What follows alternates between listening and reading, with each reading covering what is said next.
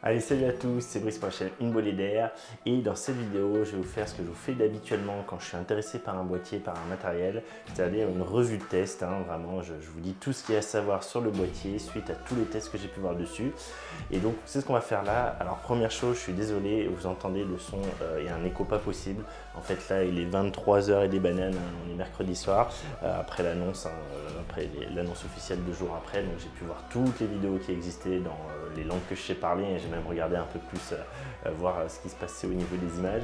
Mais du coup, voilà, donc je suis dans un autre endroit pour ne pas réveiller toute la famille évidemment et du coup, ça résonne beaucoup. J'en suis désolé, mais voilà, je voulais vous faire cette vidéo assez rapidement pour ceux qui voudraient le précommander rapidement en ayant peur de la pénurie, par exemple.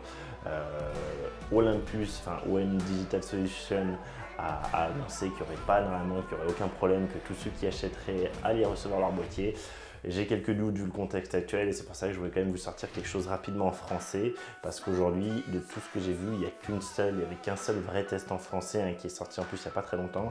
Donc voilà, donc, je sais que vous avez été plusieurs à me dire que vous étiez intéressés d'attendre de voir les tests, etc. Voir des tests en français et voilà, c'est pour ça que je voulais sortir assez rapidement cette vidéo. Donc dans des conditions pas forcément géniales, je le ressens bien et déjà moi ça me saoule moi-même donc je suis vraiment désolé. En tout cas, on va parler de ce OM1 qui n'est pas celui-là, du coup ça c'était un peu putaclic, ça c'est le M1 Mark III, le deuxième en train de me filmer. Et du coup, qu'est-ce qui fait la particularité des boîtiers Olympus, que vraiment l'unanimité, tout le monde est d'accord là-dessus. Je pense que vous serez assez d'accord que, alors c'est peut-être pas forcément le cas dans la tête des gens qui n'ont pas un Olympus, mais ceux qui ont un Olympus le savent, c'est que ce sont des boîtiers assez indestructibles depuis tout le temps. Et donc moi ça, je vous l'ai déjà dit dans plusieurs vidéos, ce boîtier par exemple, avec les objectifs qui vont bien, les objectifs pro, comme ici le 12-100, d'accord, donc un équivalent 24-200 f4, quand on a ce genre d'objectif tropicalisé monté sur le boîtier, on peut directement en fait rincer le boîtier sous l'eau du robinet. Je vous ai déjà montré ces vidéos là, des mecs qui font par exemple des photos de motocross, des choses comme ça, qui reviennent avec le boîtier complètement boueux, qui le passent sous le robinet et voilà, et ça passe très bien et il n'y a pas de souci. Et là ils sont allés plus loin avec l'OM1, ils ont fait une certification plutôt de juste dire il est tropicalisé. C'est le premier, il me semble, boîtier en tout cas grand public à donner une vraie IP, une vraie norme IP, donc vous savez la norme sur tout ce qui est résistance à la poussière et à l'eau, et donc il est IP53, donc IP53, 5 ça va être pour la poussière, donc il est très résistant à la poussière, et 3 c'est un critère par rapport à l'eau, donc l'eau il n'est pas submersible en entier à 1 mètre de profondeur, c'est pas un IP58 par exemple, mais quand même il va être résistant, alors je sais plus, je crois que c'est 2 minutes ou 1 minute 30 avec de la pluie à 60 degrés à fond, enfin bon bref. On s'en fout un peu, je vous montre là du coup des extraits de vidéos, ça va être l'idée de cette vidéo, ça va être de vous montrer des petits extraits d'autres vidéos pour que vous voyez ça.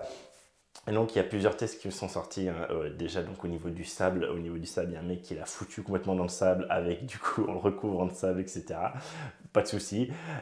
Un autre mec, je sais pas si c'est le même, je sais plus, c'est un Allemand aussi, qui le passe sous le robinet féroce, pareil. Alors je vais tout vous mettre, toutes les vidéos que je vous donne vont être dans l'ordre chronologique que je vous les montre ou que je vous les mentionne dans la description de la vidéo, d'accord? Donc allez voir ça, vous avez toutes les sources, allez voir ça. Et il y a plusieurs autres testeurs qui l'ont fait, il y a au moins 2 autres testeurs qui l'ont passé sous l'eau. En fait, il y en a un autre qui l'a fait avec une gourde par-dessus et un autre qui carrément l'a trempé par le bas en le faisant tomber un peu dans une rivière très rapidement. Et dans tous les cas, aucun souci. Voilà, vraiment ça, c'est très clairement, c'est une des forces depuis toujours de l'Olympus. Et ça, du coup, là, je vais glisser un petit tac au GH6 parce qu'on vient d'avoir les premiers leaks vraiment très clairs. Et très clairement, je mets au défi quiconque qui va avoir un GH6 de faire les mêmes choses que vous avez vu dans les vidéos avec son GH6, sachant que le GH6 a des espèces de grilles sur le côté, des grilles d'aération du coup pour permettre le cooling, certainement. Il fait de la 5,6 K et du coup très clairement moi je ne passerai pas sous l'eau ce boîtier là, même s'il nous annonce qu'il est tropicalisé, pas avec des ouvertures visibles dans le boîtier. Voilà, donc c'est un peu à la S1H, c'est un peu à ce que fera Canon la 5C, le R5C, enfin voilà. Très clairement pour moi Olympus est au-dessus du game à ce niveau là, il a toujours été au-dessus du game à ce niveau là et ça va toujours être le cas et on voit bien que OM Solution a complètement marketé ça pour l'aspect outdoor, l'aspect nature, l'aspect aller dans la neige, dans la poussière, sous l'eau, etc. Et je pense qu'ils ont raison de faire ça. Je trouve vraiment que le marketing qu'ils mettent aujourd'hui est bien plus intelligent que ce qu'ils faisaient par le passé par moment. Et du coup, je suis plutôt rassuré sur ça. Et donc voilà, donc tropicalisation de fou. Et en plus, toujours pareil, des boîtiers qui vont jusqu'à du -10, jusqu'à du +40, je crois. Enfin voilà, c'est des boîtiers que vous pouvez amener partout et qui vraiment, voilà, si vous tuez un Olympus, vous aurez tué un autre boîtier. Il y a de très fortes chances. Donc voilà, donc ça, c'est cool. Et l'autre truc, hein, l'autre gros, je pense, point positif sur lequel tout le monde est d'accord, c'est que Olympus, au niveau stabilisation, est aujourd'hui vraiment le meilleur, hein, de toutes catégories confondues. Et moi, vous savez, hein, c'est la raison principale qui m'a fait passer de Panasonic en micro 4 tiers à Olympus en micro 4 tiers, c'est que la stabilisation n'allait pas sur Panasonic, et en particulier le wobbling. Le wobbling, hein, moi je vous le refais pas là, c'est qu'on a des grosses déformations en arrière-plan. Là, c'est pas, ou très peu le cas sur Olympus, et la stabilisation est juste magique. Et là, on n'a pas trop d'infos, si ce n'est que ils annoncent qu'on peut monter à 8 IL quand on était à 7 IL avant au niveau de la stabilisation. Et il y a quand même Chris, hein, de DP Review, qui a dit qu'il trouvait que la stabilisation s'était un peu améliorée, même en vidéo, enfin que dans l'ensemble elle s'était un peu améliorée, et en particulier sur ce mouvement-là, sur ce mouvement de roll, d'accord, qu'apparemment c'était un peu meilleur qu'avant. Et on peut le voir aussi, on peut le voir dans l'autre chose dans lequel pour moi Olympus écrase la concurrence niveau boîtier photo, c'est tout ce qui est AI, on va dire, intelligence artificielle, tout ce qui est computational photographie, les photographies grâce à l'aide de l'intelligence artificielle, et donc en particulier un mode que moi j'adore qui a été introduit sur le M1 Mark III, qui est le Live ND. Le Live ND, c'est le fait de pouvoir faire une simulation de filtre ND mais sans avoir besoin d'un filtre ND, et donc d'avoir par exemple de faire défiler d'eau sans filtre ND, et tout ça même possible à main levée. Donc voilà, c'est complètement fou, des poses de jusqu'à 4, 5, 6, 7 secondes à main levée sans avoir de problème grâce à la stabilisation. Et là, la nouveauté dans l'OM1, dans l'OM-1, ça va être qu'on ne va plus être limité à ND32, on va pouvoir même monter jusqu'à ND64. Donc ça laisse penser qu'il va falloir maintenir l'appareil plus longtemps sans mouvement, et que donc la stabilisation potentiellement s'est améliorée aussi. À ce niveau-là, on n'a que du pareil, voire mieux, d'accord, hein, je pense pas que la stab ait été énormément améliorée, mais on a quand même l'air d'être sur des choses mieux. Et autre chose, oui d'ailleurs, en plus du Live ND64, on a également du coup la fonction Live Composite. Donc Live Composite, je vous rappelle, c'est quand du coup, par exemple pour faire des Star Trails, du coup on va prendre une première photo qui va être notre fond, on va dire lumineux, et ensuite lui, il va incrémenter, jusqu'à ce qu'on l'arrête, il va incrémenter en fait les lumières qui bougent, les lumières qui diffèrent, donc soit des étoiles qui tournent, soit une voiture qui va avancer quelque part, et ça du coup c'est super pratique, hein, pour faire du light painting, hein, si on dessine des trucs, et ça donc jusqu'à présent il fallait avoir l'appareil photo posé sur un trépied, et là aujourd'hui maintenant avec l'OM1 on va pouvoir faire du live composite à main levée aussi, donc ça laisse quand même penser, vous voyez, que ouais, ok, la stabilisation a dû être améliorée à ce niveau là. Voilà, donc ça c'était je pense vraiment les trois grosses qualités que personne ne peut retirer à Olympus, et reste que maintenant donc sur ce boîtier, je ne vais pas vous le redétailler, hein, j'ai fait d'autres vidéos déjà par le passé pour vous parler de ce qu'il en était, mais donc aujourd'hui donc c'est toutes les caractéristiques. Donc c'est un capteur de 20 millions de pixels qui n'est pas malheureusement en global shutter, hein, d'accord, c'est ce que j'attendais, on n'a pas eu ça. Par contre c'est un capteur stacké, donc empilé, rétro-éclairé, et donc ça va permettre d'avoir une meilleure réactivité, une meilleure fréquence d'image, et on a également une amélioration au niveau du coup de l'autofocus et de la montée en ISO, mais donc on va voir tout ça dans la suite de la vidéo.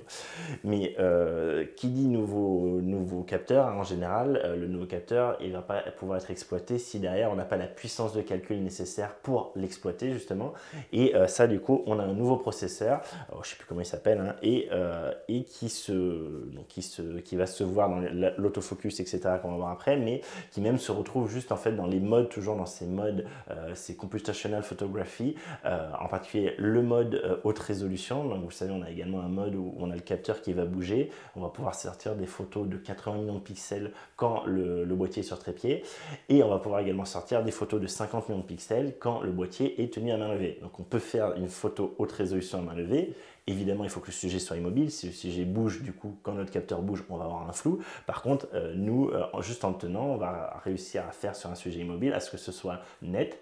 Et ce qui est intéressant, c'est que ce mode-là, du coup, en fait, la prise de photo en elle-même n'est pas longue. Par contre, le traitement de photos pour venir empiler, venir compiler ces photos ensemble pour créer une photo de 50 millions de pixels, ça prenait beaucoup de temps avant. C'était de l'ordre de 16 secondes et c'est vrai que c'était un frein pour moi. Voilà, c'était long. Et là, maintenant, on passe, hein, ça c'est Chris qui l'a montré et également l'autre youtubeur dont je ne me rappelle plus le nom, dont la review est absolument excellente. C'est cette image-là que je vous montre. On passe de 16 secondes sur le M1 Mark III à 7 secondes, donc moins de la moitié sur l'OM1. Donc c'est excellentissime et là on voit qu'on a une puissance de calcul bien meilleure qu'avant. Cette puissance de calcul, et je vous l'ai dit, ce nouveau capteur vont permettre un meilleur autofocus donc un meilleur autofocus avec en particulier une intelligence artificielle qui vient aider pour tout ce qui est détection de sujets. Donc on va voir un peu comme ce qu'il fait sur les pleins formats haut de gamme, hein. On va avoir possibilité d'avoir détection évidemment des visages, de l'œil de l'être humain, ça c'est évident, mais on va voir beaucoup plus que ça, on va voir les animaux, en particulier chien-chat, mais ça marche sur d'autres animaux, je vous en parle après. On va voir les oiseaux, donc qui va être quelque chose d'indépendant. On va devoir choisir entre d'un côté oiseaux ou de l'autre côté animaux, hein. On va pas juste dire animaux et il va se débrouiller entre oiseaux et animaux. Ça va être en gros ce qui vole et ce qui est à pattes, hein, ok. Et à côté de ça, on va voir les trains, les véhicules sur route, on va dire, les avions. Voilà, en gros, hein, je ne vous refais pas tout le détail, mais à chaque fois, il faudra choisir entre ça. Moi, j'en ai parlé avec, par exemple, Damien, qui m'a dit, ouais, j'ai vu la vidéo d'IP Review, ils avaient vraiment pas l'air convaincus. C'est vrai qu'ils n'avaient pas l'air spécialement convaincus. Moi, je trouve que le sujet que Chris donnait sur cet exemple-là était très compliqué quand même. C'était un oiseau marron dans du branchage marron avec un éclairage merdique et ça me choquait pas trop et je suis pas convaincu que même un Canon EOS R3 ou qu'un Nikon Z9 aurait tellement mieux réussi à le choper, voilà, dans les conditions de merde qu'il a montré.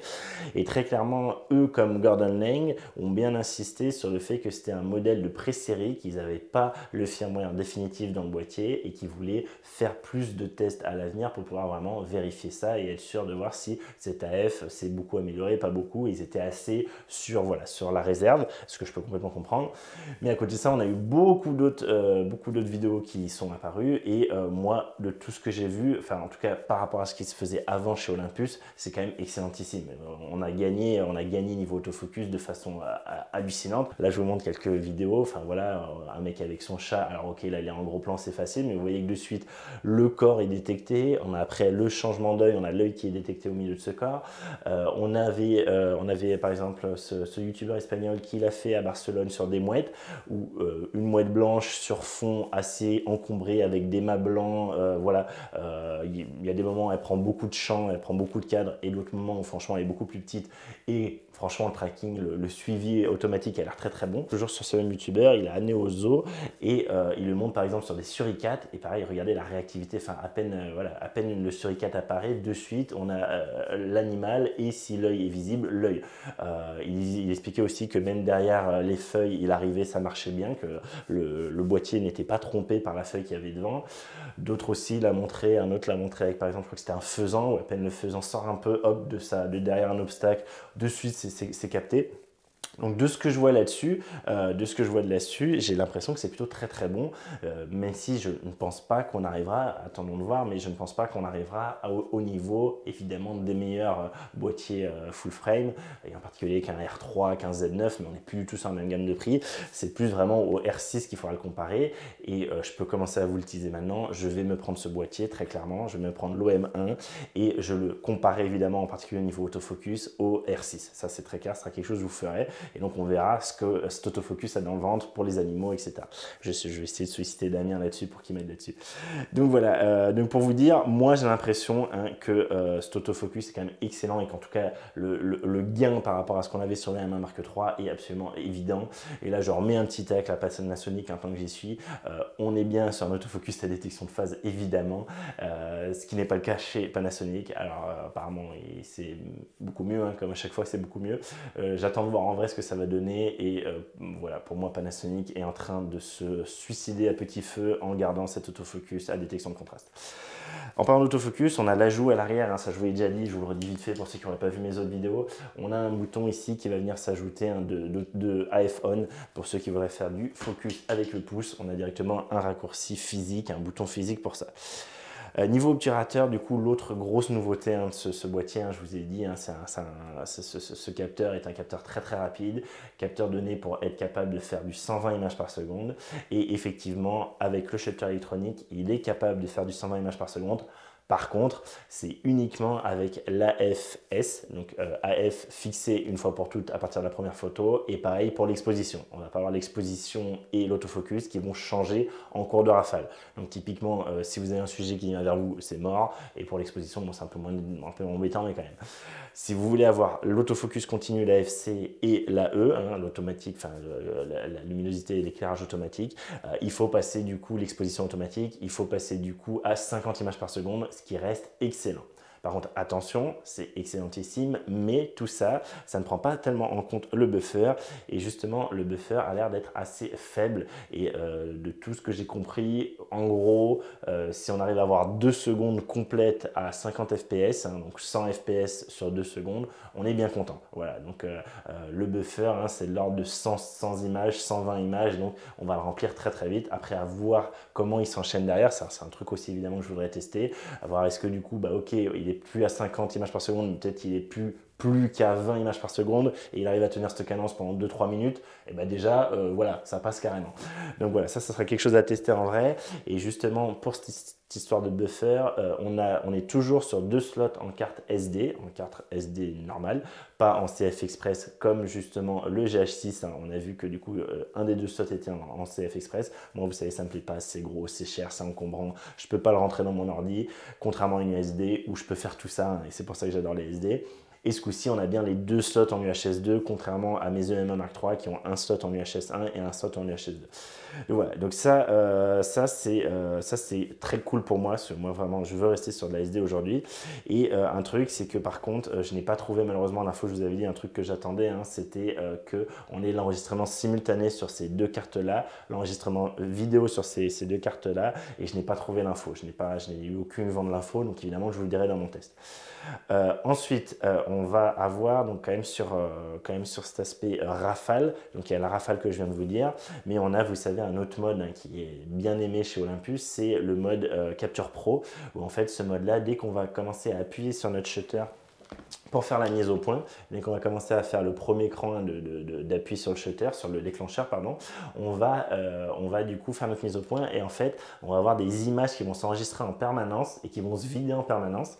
Et quand on va vraiment appuyer pour faire la photo, pour prendre la photo et faire notre rafale, là du coup, lui va enregistrer, il va garder du coup tant de photos avant et plus tant de photos qu'il peut après, à partir du moment où on a appuyé sur le déclencheur. Donc ça, typiquement, vous avez un martin pêcheur qui est en train de pêcher, vous êtes appuyé pour avoir l'autofocus, vous le suivez, vous le suivez, vous le suivez, il commence à arriver juste avant l'eau, vous appuyez pour déclencher la rafale, et là, vous êtes sûr que vous aurez toute la séquence juste avant qu'il touche l'eau, qu'il aille dans l'eau, qu'il récupère le poisson, qu'il sort de l'eau avec le poisson. Voilà, typiquement ce genre d'exemple-là. Et ce qui est bien, c'est qu'on peut régler maintenant le nombre de photos qu'on va vouloir avoir avant le déclenchement réel et après. Et donc au maximum, on va pouvoir avoir quand même 99 images et avec possibilité de répartir comme on veut en fait entre avant et après. Il y en a beaucoup qui parlent de 70 photos avant, 30 après, mais en fait, on a carrément possibilité de choisir. On a carrément vraiment une customisation à ce niveau-là que je trouve très bien. Tant que je suis sur la rafale, un truc que j'ai remarqué, c'est que quand ils font leur rafale, donc tout ce que je vous ai dit en rafale avant, les 120 images par seconde et les 50 images par seconde avec le shutter électronique, c'est sans blackout, c'est-à-dire que dans votre viseur, dans votre œil, dans votre viseur ou en regardant votre écran, vous n'avez pas le noir qui apparaît, noir qui apparaît, noir qui apparaît sur chaque photo prise, d'accord? C'est vraiment complètement neutre pour vous, donc pour le suivi du sujet, c'est nickel. Vous voyez juste en haut à gauche votre nombre de photos baissé, votre buffer baissé. Il n'y a pas de gros cadre noir autour comme on peut avoir par exemple sur Nikon, non sur Canon, je sais plus, je crois que c'est Canon du coup, on a tout le cadre autour, on voit du coup un petit rectangle, un petit cadre autour de notre œilleton ou autour de notre écran faire clic, clic, clic, clic, clic comme si c'était un blackout. Et tant que je vous parle de ça, de viseur, de ce qu'on voit, justement le VF, hein, vous savez, ça c'était un des gros défauts hein, de ces EM1 Mark III, c'était qu'ils reprenaient le viseur de l'EM1 Mark II. C'était des anciens viseurs qui vraiment aujourd'hui sur le marché, c'est vrai, sont peu résolus, peu, voilà, c'est pas très confortable, etc.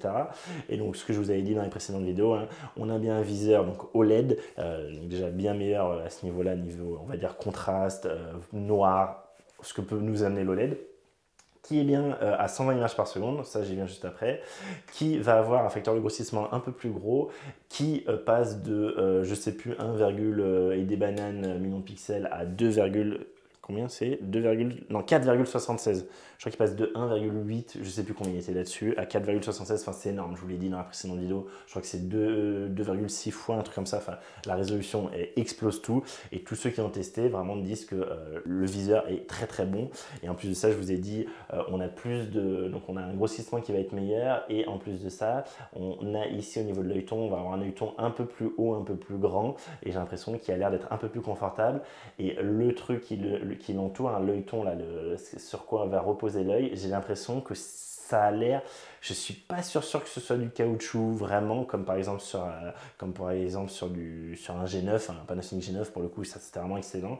J'ai l'impression que c'est du caoutchouc, peut-être encore assez dur, mais beaucoup moins dur que ce qu'on a là-dessus et qui moi j'aime pas du tout. Je trouve que c'est pas du tout confortable. J'ai acheté les autres œilletons hein, chez Olympus pour esquiver et ils sont pas très bons non plus les autres œilletons. Donc voilà, donc ça vraiment à ce niveau-là génial. Et donc je vous l'ai dit, 120 images par seconde.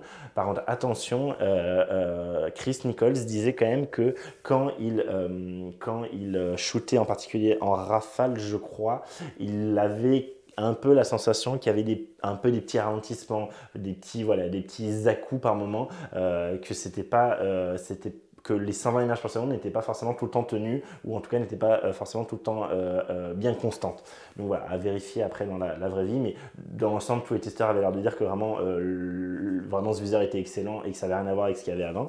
Et tant que je parle du viseur, du coup, je vous parle de l'écran. L'écran, on a également une plus grosse résolution. C'est peut-être lui qui passe de 1,76 à 2,76, hein, je ne me rappelle plus, enfin bon, je vous l'avais déjà dit précédemment, mais en gros, on a une un peu meilleure résolution. Il est bien toujours tactile, il est bien toujours sur rotule, heureusement.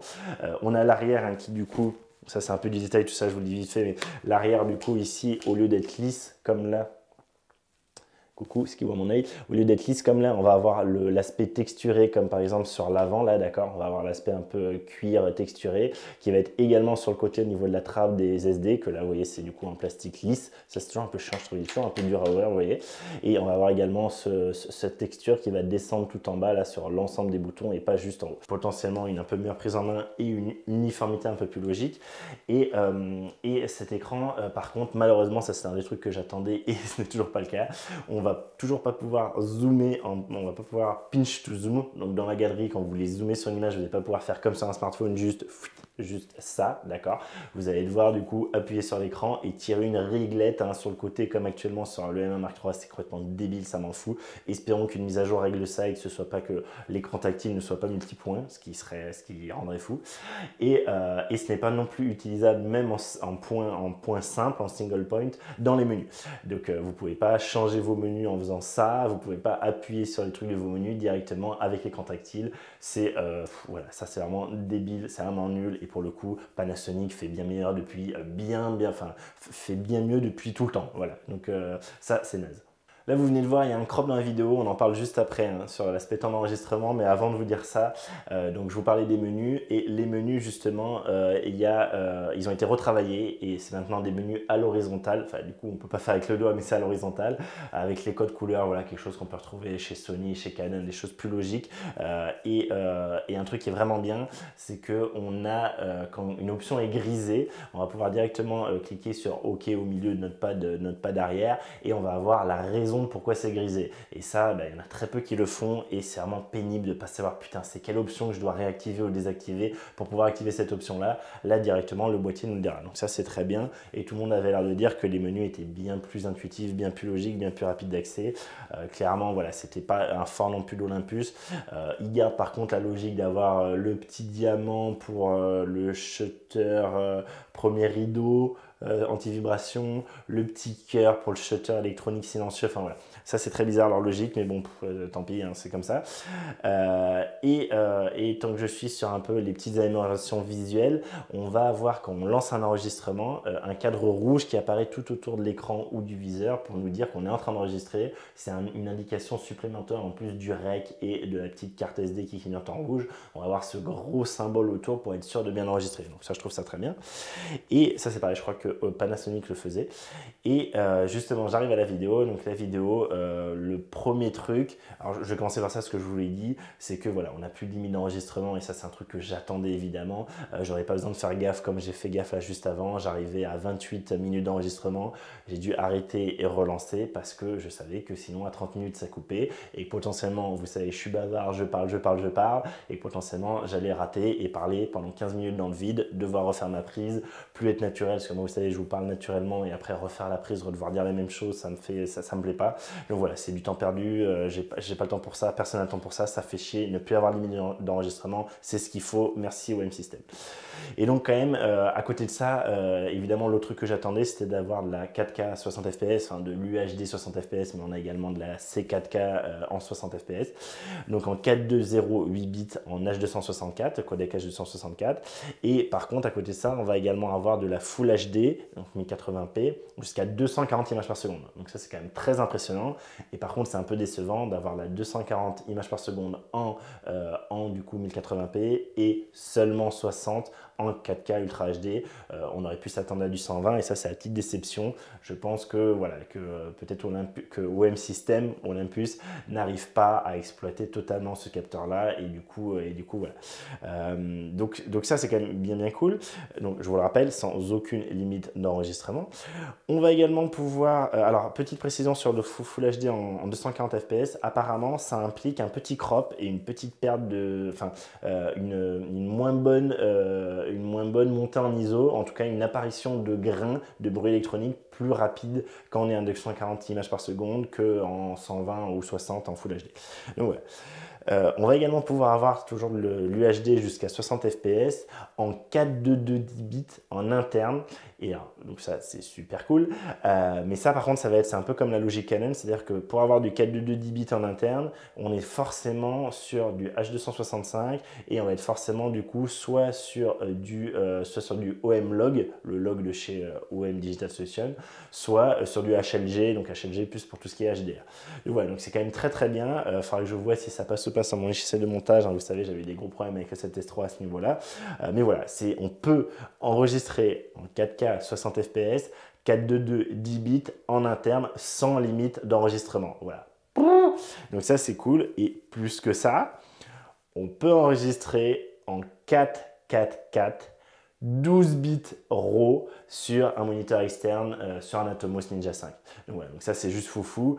Ceux qui sont partis par exemple chez Fujifilm parce qu'ils attendaient ça, s'en mordent peut-être un peu les doigts aujourd'hui.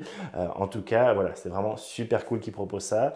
Et tout ça, c'est encore une fois sans limite d'enregistrement, sans découpage de fichiers. Ça c'est la nouveauté. Vous savez, moi actuellement, j'ai en plus de ma limite à 30 minutes, j'ai des fichiers découpés toutes les 4-5 minutes en gros. Et en fait, pourquoi? C'est parce qu'on avait une limite de clip de 4 gigaoctets. Et là, maintenant, on n'aura plus cette limite-là à partir du moment où on va utiliser des cartes SDXC. Donc, par exemple, la Extreme Pro que moi je suis en train d'utiliser, qui est une 256 gigaoctets, hein, l'affiche, hein, c'est la carte que je vous conseille en vidéo. Donc, c'est bien une SDXC pour Extra Capacity. Vous pouvez avoir 3 heures de vidéo. Ok, on a 3 heures d'affilée de vidéo, c'est-à-dire que vous avez un clip directement de 3 heures. Sachant que pour arriver à 3 heures de vidéo, il faut que la batterie suive et qu'il n'y ait pas de surchauffe. Et apparemment, pas de surchauffe. Alors, le youtubeur qui, je trouve, a fait la meilleure vidéo, hein, vraiment de très loin, explique que lui, il a réussi à faire 55 minutes d'enregistrement en C4K, 60 fps H265, donc la condition la plus violente, aucune surchauffe. Enfin, il disait que oui, le boîtier était un peu chaud, mais que ça brûlait pas, qu'il n'y avait pas de témoin d'attention surchauffe, qu'il n'y a pas eu de ratage, qu'il n'y a pas eu de problème dans la qualité de la vidéo, etc. Et à côté de ça, il disait que lui, il lui restait encore, normalement, en tout cas annoncé à l'écran, 53 minutes de batterie. Donc bon, on va pas pinouiller, on va dire 55 minutes. Donc ça fait qu'en théorie, avec une batterie, on peut enregistrer d'affilée 1h50 de vidéo, en tout cas en C4K H265 60 fps, donc 422 10 bits. Hein. Voilà, c'est quand même très bon. Et donc justement cette batterie, c'est une nouvelle batterie. Donc c'est la BLX1 au lieu de la BLH1 ou BXL1, enfin je sais pas, voilà. Donc qui a, ça c'est un truc que je vous avais dit, alors qui est pas du tout compatible avec l'ancienne. Je sais pas pourquoi on avait ça en rumeur. Dans la rumeur c'est compatible. C'est pas compatible. Moi je pensais que ça serait la même, juste plus grosse. C'est pas du tout la même. Elle n'est pas rectangulaire comme on a là. Et du coup je vous avais dit, ça c'était une des critiques que je faisais. C'est complètement con de mettre un truc rectangulaire où du coup on peut rentrer sans détrompeur, on peut rentrer la batterie et en fait elle se clique pas parce que pour la cliquer il faut que les connecteurs soient dans le bon sens, mais du coup c'est que quand on est au fond qu'on le sait.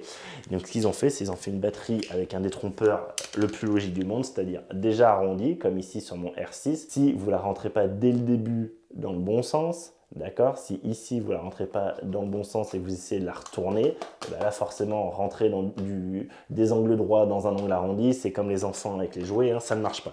Donc ça, c'est ça qu'ils ont adopté comme logique, donc merci, c'est très bien. Et par contre du coup on ne pourra pas utiliser les batteries de l'EM1 Mark III et de l'EM1 Mark II vu qu'ils partageaient les mêmes batteries.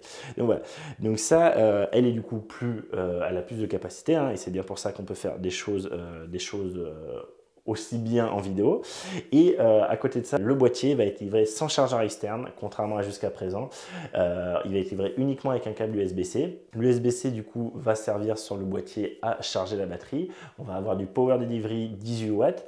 Et ce qui est très bien, et un truc qui m'a manqué plusieurs fois sur mon EM1 Mark III, c'est que oui, mon EM1 Mark III, évidemment, je peux le charger en USB-C, et heureusement, parce que sinon je n'aurais pas acheté tout simplement. Ça, c'est un critère de base pour moi, hein, pouvoir le recharger où je veux en USB-C, et sur une powerbank par exemple. Et par contre, il ne pouvait pas être alimenté. Et là, l'OM1 va pouvoir être directement alimenté en Power Delivery 18 watts. Et l'autre truc aussi, c'est que quand il est branché et alimenté en USB-C, pendant qu'il est en train de tourner, pendant qu'il est en train de faire des choses, en particulier de tourner une vidéo, on va bien avoir le micro HDMI. La prise micro HDMI, c'est pas du HDMI plein format, malheureusement, c'est pas du full HDMI, c'est du micro HDMI. Mais cette prise-là va bien pouvoir être utilisée en même temps qu'on alimente le boîtier en cours d'enregistrement. Donc ça, c'est pareil, il n'y en a pas tant que ça qui le font, donc bien joué Olympus à ce niveau-là. Et tant que je vous parle de tout ce qui est justement un peu ces petites connectiques au niveau vidéo, on a la prise micro qui a été un peu surélevée, donc du coup qui va encore moins gêner. Là vous voyez ma prise micro, je vous l'avais dit, hein, dans mes tests de l'EM1 Mark III, elle mord un tout petit peu sur mon écran, c'est pas gênant, mais elle mord un petit peu dessus, contrairement au G9 où vraiment la prise était complètement en hauteur et il n'y avait pas de problème. Là ils l'ont surélevé, elle gênera plus du tout en vlog, donc bien joué Olympus à ce niveau-là. Et en plus de ça, ces prises jack, donc que ce soit la prise micro en haut ou la prise casque en dessous, donc ils sont dans deux trappes séparées, chacun a sa trappe indépendante. J'ai l'impression que le connecteur, enfin c'est pas qu'une impression, le connecteur est différent, il a l'air plus solide, on n'a pas cette espèce de chemise intermédiaire, c'est directement un gros bloc d'un seul coup et ça me fait penser que ça a l'air d'être plus solide. Mais bon, ça sera vérifié en vrai, mais voilà, c'est marrant, c'est je crois la première fois que je vois ça sur un boîtier.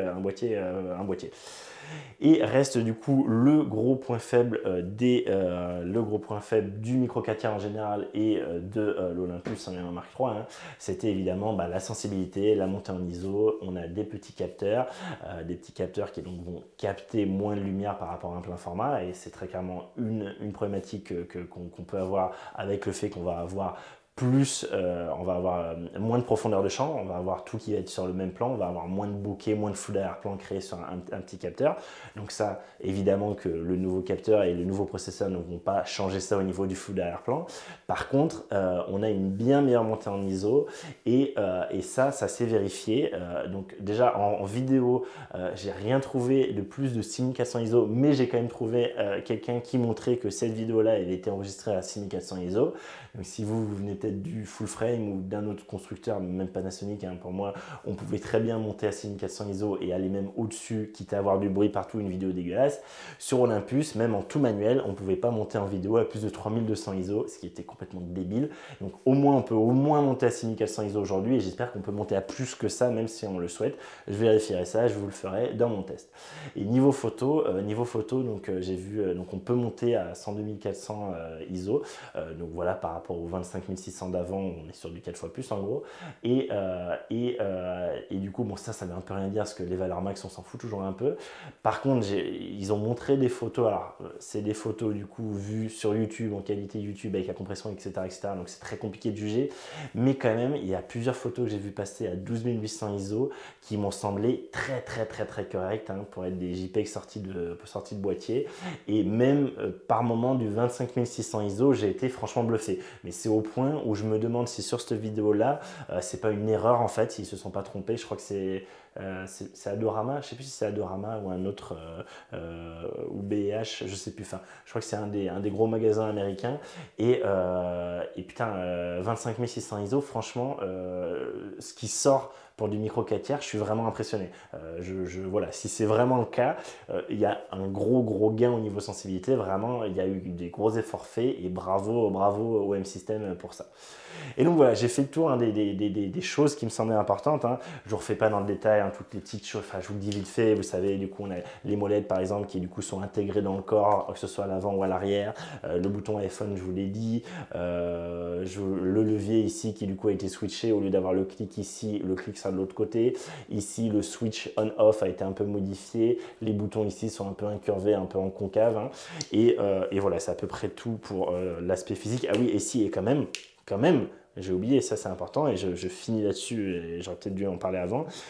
Donc il est un tout petit peu plus grand, un tout petit peu plus haut, c'est ce qui lui permet en particulier d'avoir le VF un peu plus grand je pense, et il va avoir une poignée un peu plus peut-être pas profonde mais plus large. Très clairement là je vous montre du coup un plan que je crois que c'était un des ambassadeurs a fait en comparant le M1 Mark III que j'ai là, que déjà je vous ai dit j'adore cette poignée, mais c'est ce que je vous ai dit dans une de mes précédentes vidéos. Si je pouvais avoir une poignée juste un poil plus large, c'est vrai que quand je viens du R6 avec une poignée un peu moins profonde, je préférais qu'elle soit plus profonde et plus pointue. Pour ma taille de main ça m'irait mieux, mais par contre cette largeur là c'est vrai qu'à force quand on l'a dans les mains on peut mieux si vous voulez serrer l'ensemble. Vous voyez, on a une prise point, une prise de comment on ferme le point dessus qui est peut-être plus agréable à la longue je trouve que cette prise un peu plus, vous voyez, on va plus serrer comme ça, on va pas avoir une prise comme si on essayait de presser une orange, on va plus avoir une prise comme si on essayait de tenir un truc fin dans nos mains et du coup avoir une poignée un peu plus large m'intéresse beaucoup et je vous dirai ce qu'il en est dans la vraie vie, dans l'utilisation. Donc voilà, je pense que j'ai fait à peu près le tour. Comme d'habitude, si j'ai oublié quelque chose, si vous avez vu quelque chose d'autre, je vous ai dit, hein, j'ai vu à peu près toutes les vidéos qui sont sorties. Hein. J'ai même regardé des vidéos en allemand auxquelles je ne comprenais rien. J'ai regardé des vidéos en espagnol évidemment, il y en avait 2 ou 3. Toutes les vidéos en anglais, une pléthore. En français, en gros, il n'y en avait qu'une. Et voilà, j'ai vraiment pris tout ce qui me semblait le plus pertinent. Et en particulier, hein, je vous l'ai redit, la vidéo, hein, je vous l'ai forcément mise en fiche à un moment, celle-là, parce que c'est la plus pertinente pour moi, qui a vraiment été très poussée hein, sur à peu près tous les aspects et c'est lui qui m'a donné le plus d'infos pratiques intéressantes. Donc voilà, allez voir toutes ces vidéos évidemment, n'hésitez pas à les commenter et faire voilà, les liker hein, quand vous y allez parce que c'est cool tous ces tests qui sont sortis. Je constate du coup, j'en profite là pour vous parler de façon plus générale sur OM System, je constate que ils ont arrosé en tout cas les youtubeurs anglophones très clairement. Il y a beaucoup de tests qui sont sortis hein, dès le day one, hein, dès la levée d'embargo. Donc vraiment, il y a une volonté d'arroser beaucoup plus qu'avant, hein, quand c'était Olympus, j'ai l'impression. Je trouve le marketing sur le focus outdoor, rugged, donc voilà, tropicalisé, solide, compact, on l'amène facilement sur le terrain, etc.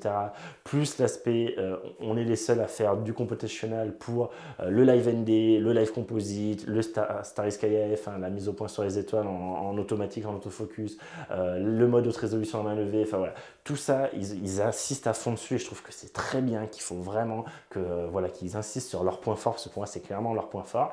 Et ils n'ont pas essayé de faire, voilà, on est bon en portrait, ils n'ont pas essayé de faire, voilà, on est bon en basse lumière, ils ont dit qu'ils s'étaient améliorés. Je trouve que le marketing est beaucoup plus intelligent et logique, je me retrouve complètement dans tout ce qu'ils disaient.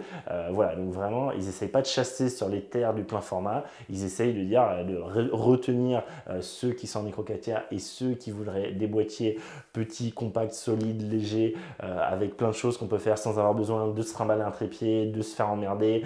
En fait, du run and gun, ce que j'aime très clairement. Et donc, je suis très rassuré par rapport au M-System, vraiment, je suis très agréablement surpris. Hein. Vous savez, hein, j'ai été très véhément avec eux. Le rachat, ça a été une cata sur la communication et tout. Là, je trouve que franchement, ce qu'ils font, c'est bien. Voilà, je trouve que c'est bien. On va voir. Alors, je trouve qu'il est cher. Je trouve que 2200 €, c'est trop cher. Je vais quand même l'acheter. Donc, vous voyez que voilà. Parce qu'aujourd'hui, en alternative, en vrai, on n'a pas grand-chose. Oui, on peut aller sur du plein format pour du coup avoir un plus gros capteur, mais on va perdre tout ce qui est computationnel, on va perdre tout l'aspect compacité du micro 4 tiers, on va perdre quand même beaucoup de choses.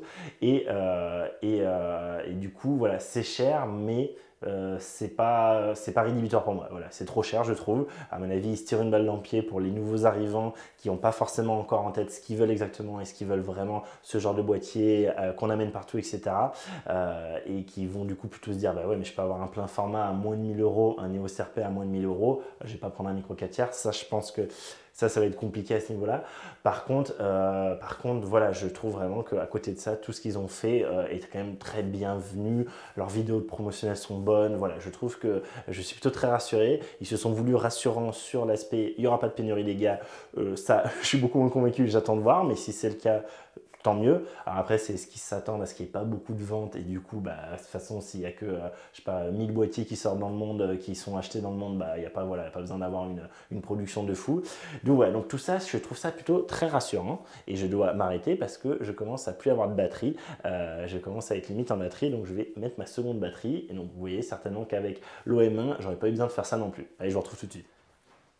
Voilà, donc tout ça, je vous le laisse volontairement. Vous voyez qu'en gros, là, je suis en 4K, 24 FPS. Bon, évidemment, avec l'autofocus, suivi du visage, etc. Je tiens en gros, hein, quand je m'enregistre comme ça, je tiens en gros, la batterie elle tient à peu près 1 heure. Hein, voilà, une vache près. Donc, c'est pour vous dire, par rapport à ce qu'annonçait l'autre youtubeur, si je peux du coup me filmer 1h45 d'affilée sur la même batterie, c'est quand même cool. Sachant que surtout, je pourrais au besoin juste l'alimenter en cours d'enregistrement. Et ça change tout. J'ai juste à le brancher et basta. Donc, voilà, donc voilà, je suis plutôt très rassuré niveau de OM System. J'ai un peu la sensation que ça a été repris par des passionnés de photos, que Jeep a foutu peut-être même un des pontes de Jeep, du coup le consortium qui a racheté Olympus et qui l'a renommé OM Digital Solution. J'ai l'impression que, je sais pas, qu'il y a un passionné à la tête de ce truc-là, qui tient vraiment à la marque, qui a vraiment l'esprit historique de la marque et qu'il ne veut pas faire de la merde, pas comme avec Sony Vaio. Voilà, j'ai cette sensation-là, je me plante peut-être complètement et c'est le dernier boîtier qu'on va voir, il n'y aura plus jamais de boîtier derrière. Je pense pas que c'est que OM Digital qui a développé ce boîtier, je pense qu'il avait été commencé à être développé par Olympus avant le rachat, etc. Et que par contre, voilà, les équipes d'Olympus sont restées et l'ont finalisé et on continue avec potentiellement de nouveaux arrivants pour OND, même si on sait que globalement, apparemment, les équipes ont bien fait le transfert. Donc voilà, donc je suis plutôt rassuré. Il y en a qui se disent, mais putain, mais pourquoi il y a encore Olympus marqué dessus par rapport par exemple, au dernier objectif qui était sorti où c'est juste marqué OM System, Zuiko, machin.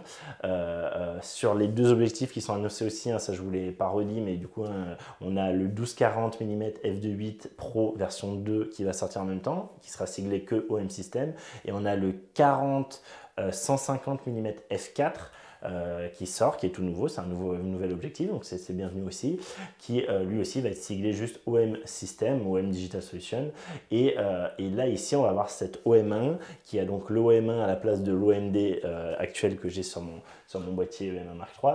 Donc là, vous l'avez vu, ici du coup ça sera OM1, et par contre ici en haut on aura bien Olympus, et on aura OM Digital ou OM Solution ici, d'accord, à la place du M1 Mark III.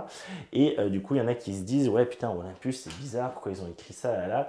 Et là, très clairement, pour moi, c'est évident, ils le disent, et ça a été dit dans d'autres vidéos, c'est vraiment un hommage, ça fait 50 ans, je crois, que le premier boîtier, l'OM1, justement, de Olympus est sorti. Je crois que c'était jour pour jour, en fait, ils ont fait exprès de faire l'annonce le jour, 50 ans après, je crois que c'est 50 ans, corrigez-moi, je suis un peu nul en historique, corrigez-moi en commentaire si je dis la merde, mais je crois que c'est ça. Ça faisait pile 50 ans qu'était sorti l'OM1 premier du nom, en péloche à l'époque, et qui a été un boîtier qui apparemment a été très apprécié. Et donc c'est un peu, voilà, c'est un peu la transition. Ça sera clairement le dernier boîtier avec Olympus, avec le nom Olympus dessus. C'est un peu pour, voilà, pour je pense, un peu faire plaisir aux fans, remercier l'héritage Olympus. Et si futur boîtier il y a, ce que j'espère énormément, vous savez, je suis très attaché au micro 4 tiers, même si j'ai très peur pour ce format, encore une fois. Très clairement, ça ne sera pas un Olympus siglé au milieu, en haut, au niveau de la griffe, hein, la griffe flash, ça sera marqué OM Digital, OM Solution, OM quelque chose, mais ça sera plus Olympus. Donc voilà, vraiment c'est un hommage, c'est une référence au passé, c'est eux également, je pense, pour faire une transition plus smooth pour ceux qui, voilà, auraient peur. Olympus c'est une marque connue, reconnue quand même, on met pas de suite, hein, sur notre boîtier OM Digital Solution, on le met mais en plus petit, et voilà, je pense c'est un mélange de, voilà, on fait un hommage, on aime le passé de la marque, on fait une transition plus douce pour garder la bonne image de marque de la marque, voilà, tout ça mis ensemble. Et donc moi ça me choque pas spécialement. Si vous voulez avoir Olympus marqué sur votre boîtier, c'est le dernier, c'est maintenant, parce que soit il n'y en aura pas de prochain, soit ça sera marqué OM Digital Solution dessus. Donc voilà, du coup, plutôt rassuré à ce niveau-là, et je vous le dis, je vais me le précommander. Donc pour la précommande, le boîtier nu, je vous rappelle, il sera à 2200 €. Si vous prenez l'objectif de kit, qui est donc le 12-40 f2.8, il y a pire comme objectif de kit. Vous avez l'ensemble à 2800 €, donc ça fait 600 € l'objectif de kit. Je ne crois pas qu'on ait encore les prix des objectifs seuls de sortie. Je ne sais pas s'il y a une remise dessus en prenant un kit ou pas. J'espère, hein, que ce ne soit pas débile. Et si vous l'achetez, si vous le précommandez jusqu'au 7 mars, je crois, de maintenant, hein, depuis qu'il est annoncé, depuis qu'il est sorti officiellement jusqu'au 7 mars, vous avez une seconde batterie d'offerte qui, je crois, quand même à 100 €, un truc comme ça, hein, en pièces détachées, ou 90 € quand vous l'achetez à côté, un truc comme ça. Et vous avez une extension de garantie de 5 ans offerte. Alors ça, si OM Digital Solution périclite, vous l'aurez bien dans l'os, mais je crois que c'est aussi 120 €, un truc comme ça représente ça, donc c'est quand même plutôt pas mal. Donc, si vous voulez précommander, n'hésitez pas à utiliser mes liens affiliés, donc chez Digitphoto, hein, moi c'est là où j'achète le plus souvent, chez Digitphoto ou chez Miss Numérique, hein, que c'est une autre boutique que j'aime bien. Voilà, allez là-dessus, vous savez, ça me soutient, il y a un petit pourcentage qui m'est reversé, ça vous change strictement rien, et ça me soutient et ça me fait plaisir, et merci encore une fois à tous ceux qui le font, c'est toujours bien cool de votre part. Voilà, moi je vous donne maintenant rendez-vous pour la prochaine vidéo, mais qui risque d'être dans un petit moment, hein, où ça sera très clairement l'unboxing, et je vous montrerai parce que je serai trop foufou. Donc ça, je sais pas quand ça va être. Il va falloir attendre, hein, que je me l'achète et qu'il arrive, hein, surtout. Donc les livraisons sont faites à partir du 7 mars. Je vais essayer de l'acheter dès que je peux, dès que j'ai suffisamment de sous sur le compte pour pouvoir me l'acheter. Et dès que je l'ai, évidemment, je vous fais un unboxing et j'essaye de vous sortir au moins ces tests qui pour moi me manquent, hein, ces petits points qui manquent. Donc je vous rappelle, c'est est-ce qu'on peut enregistrer sur 2 cartes SD en même temps, le buffer, qu'est-ce que ça donne en pratique, comment il ralentit une fois qu'on arrive à notre limite de buffer sur les 120 images ou les 50 images par seconde enregistrées d'affilée, quid des bunus de façon réelle, quid de l'enregistrement en externe. Enfin, il y aura plein de choses à voir, mais voilà, je vous ai dit quelques points, je les ai plus tous en tête, mais je vous ai dit quelques points que vraiment pour moi il faut comprendre ça, il faut vérifier ça, et tout ça évidemment je vous le donnerai. Si vous avez d'autres points évidemment que vous voulez voir, comme d'habitude vous me dites un commentaire, ça fera l'objet, du coup j'intégrerai dans mon futur test, dans mes futurs tests, parce qu'il y aura certainement plein de tests à ce niveau-là. La stabilisation également vidéo, évidemment le wobbling, le rolling shutter, hein, voir un peu ce que ça donne vite fait, hein, juste avec un lampadaire. Donc voilà, tous les trucs un peu habituels que je vous fais, la basse lumière en vidéo, voir aussi ce que ça va donner, voilà. Plein de choses. Voilà, abonnez-vous, activez les notifications, ça me soutient, ça montre que ça vous intéresse, et pour la vidéo, je vous rappelle, un petit like, un commentaire, ça permet qu'elle soit bien référencée, et moi ça me donne une motivation à continuer à faire ça sur mon temps libre. Pour vous dire, il doit être minuit là, donc voilà, il faut que je monte derrière et pour vous la sortir le plus vite possible. Donc voilà, merci encore en tout cas à ceux qui l'ont regardé, ceux qui ont regardé cette vidéo, qui l'ont regardé jusque là. Moi je vous souhaite de faire de belles photos, de belles vidéos, quelle que soit votre marque, quel que soit votre boîtier, quel que soit votre appareil, tout ce que vous voulez. Mais si vous attendez cette Olympus, cette OM Digital Solution OM1, dites-moi ce que vous en pensez en commentaire. Est-ce que après avoir vu ça, vous avez envie de l'acheter? Pas spécialement. Si vous n'avez pas spécialement envie de l'acheter, vers quoi vous partirez plutôt?